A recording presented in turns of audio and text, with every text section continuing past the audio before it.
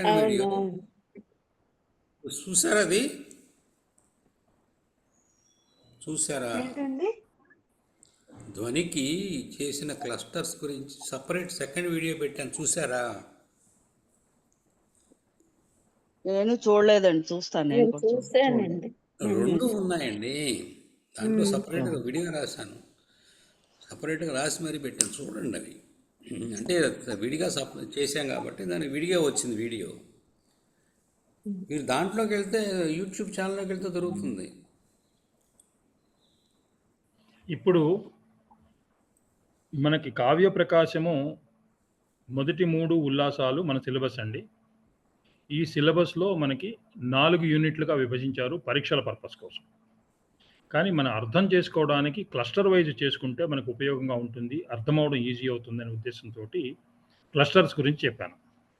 మొదటి క్లస్టర్లో ప్రార్థనా శ్లోకము, మంగళాచరణ శ్లోకము, కావ్యము యొక్క ప్రయోజనము, హేతువులు, ఉత్తమ కావ్యము, మధ్యమ కావ్యము, అధమ కావ్యం గురించి చెప్పి ఇది ఒక క్లస్టర్.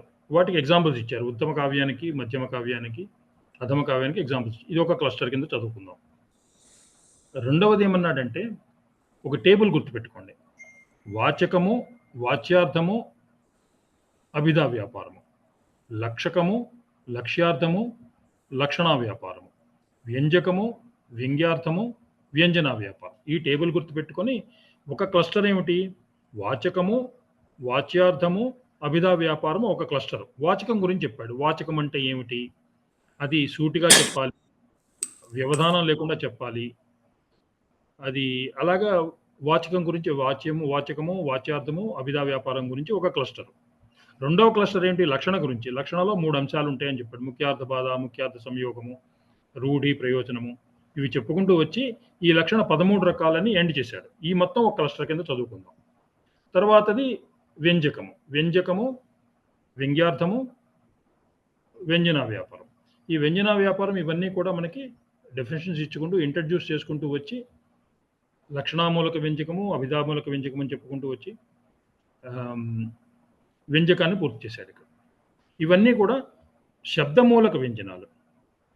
మూడవ ఉల్లాసంలో అర్ధమూలక వ్యంజనం. ఇక్కడేమో శబ్దము వ్యంజింపబడుతోంది, వ్యంజించబడుతోంది శబ్దము ద్వారా. అక్కడ అర్థము ద్వారా వ్యంజించబడుతోంది. అది మూడవ ఉల్లాసం. సో ఇలాగా ఆ మూడవ ఉల్లాసాన్ని సెపరేట్ క్లస్టర్ చేసుకోవడం. ఇలాగ క్లస్టర్ చేసుకుంటే ఒక 5, 6 క్లస్టర్స్ అయినాయి. 6 క్లస్టర్స్ అయినాయి. 4 యూనిట్లు, 6 క్లస్టర్స్. ఈ 6 క్లస్టర్స్ క్లియర్గా చదువుకొని ఎక్కడి నుంచో తీసుకొచ్చి అలంకారాలు తీసుకొచ్చి ఆ ఎగ్జాంపుల్స్ తీసుకొచ్చి ఇక్కడ, ఈ ఎగ్జాంపుల్ తీసుకెళ్ళి అక్కడ పెట్టి చేసుకోకండి. చాలా సింపుల్గా ఈ టెక్స్ట్ బుక్లో ఉన్న ఎగ్జాంపుల్స్ తీసుకొని కాన్సెప్ట్ అర్థమే చేసుకొని ఎగ్జాంపుల్ వాడుకుంటే ఉపయోగపడుతుంది. చాలా చోట్ల ఇప్పుడు నేను చెప్పిన వాటిల్లో మీరు కారికను మీరు డిరైవ్ చేయొచ్చు. ఇందాక చెప్పుకున్నాము, అనేకార్థస్య శబ్దస్య వాచకత్వం నియంత్రితం అన్నాడు అని కారిక చెప్పేసుకున్నాం మనం.